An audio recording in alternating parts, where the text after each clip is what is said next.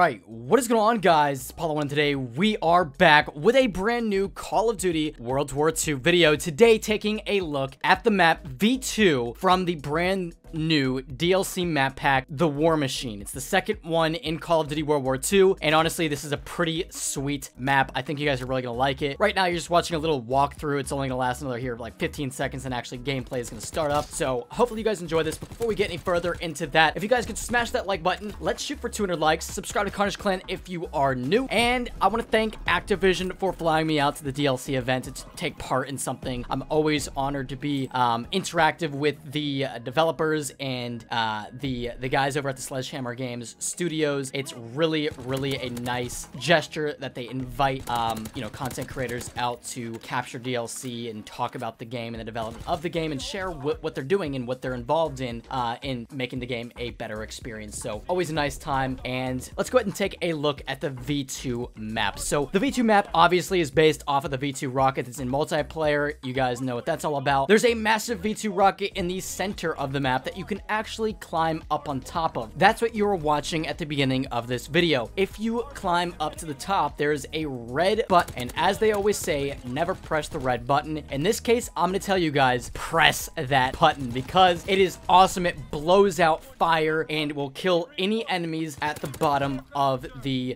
rocket. That's kind of this underground passage that I went through a couple times in this gameplay. And the most strategic thing I would say that comes from using this red button is that you can easily clear out the hard point during when obviously the hard point's in that location, because it does sit there for a little bit. Great way to clear it out. All you have to do, and you can access it obviously without going through that area. You can just go to the top of the map. You can climb up the ladder. You can blow off everybody that's down there, and I'm sure we're gonna be seeing some nice little juicy clips of people doing that. But I just want to make sure that you guys know that that feature is there, because it is kind of hidden, to be honest. Obviously it's kind of expected on a map that's called V2 and based off of a rocket that's at the center of the map, so you'd think that it does have some kind of significance other than just being a V2 rocket. Now, unfortunately, the rocket doesn't actually take off like it did in launch from Black Ops 1. There's no actual launch that, you know, during the game, from at least what I remember, unless it's very quiet. It must be, if it does take off, it's very quiet, but from what I'm remembering, it doesn't take off. There's no like rumbling of the map or anything like that, but it's definitely a cool map, guys, and I'm probably going to get absolutely slaughtered for even saying this, and I apologize. Don't get offended,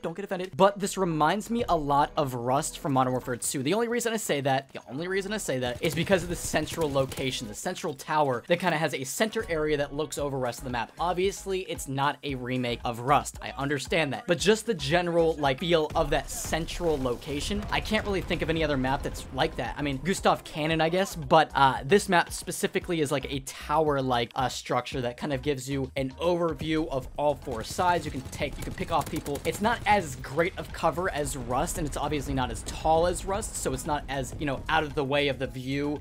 You know, usually if you're up on the tower in this map in V2, you're gonna get picked off from one of the sides. It's really not that great of a location to stand, or a good strategic place to be quite honest. Maybe to get 1 or 2 kills and then hop off, but if you're up there for the majority of the game, well, first off, you're not gonna even stay up there for the majority of the game. You're gonna get picked off at some point. It's not gonna go well for you. And obviously this map, if you haven't been able to already tell, is definitely good and superior for using SMGs and shotguns, I would say. It's not a sniper map, really. ARs can definitely, you know, do well on this map, but definitely a run and gun map. SMGs, close quarters, very small. If you haven't picked up on that either, it's a very small map, very close quarters. And honestly, I like it a lot. I really enjoy this map, and I'm looking forward to actually playing it when I'm not playing against a bunch of YouTubers. It's a ton of fun, obviously, but obviously YouTubers are a lot of these guys that I was playing against are on a very high level of play. So I'm looking forward to actually playing in public matches and getting, you know, matched up with the average players. And obviously a lot of you guys that are experienced are probably going to destroy me, but regardless, I'm looking forward to it, and I hope you guys are as well. I'll see you on the battlefield, guys. Hopefully you have the season pass. Obviously if you don't,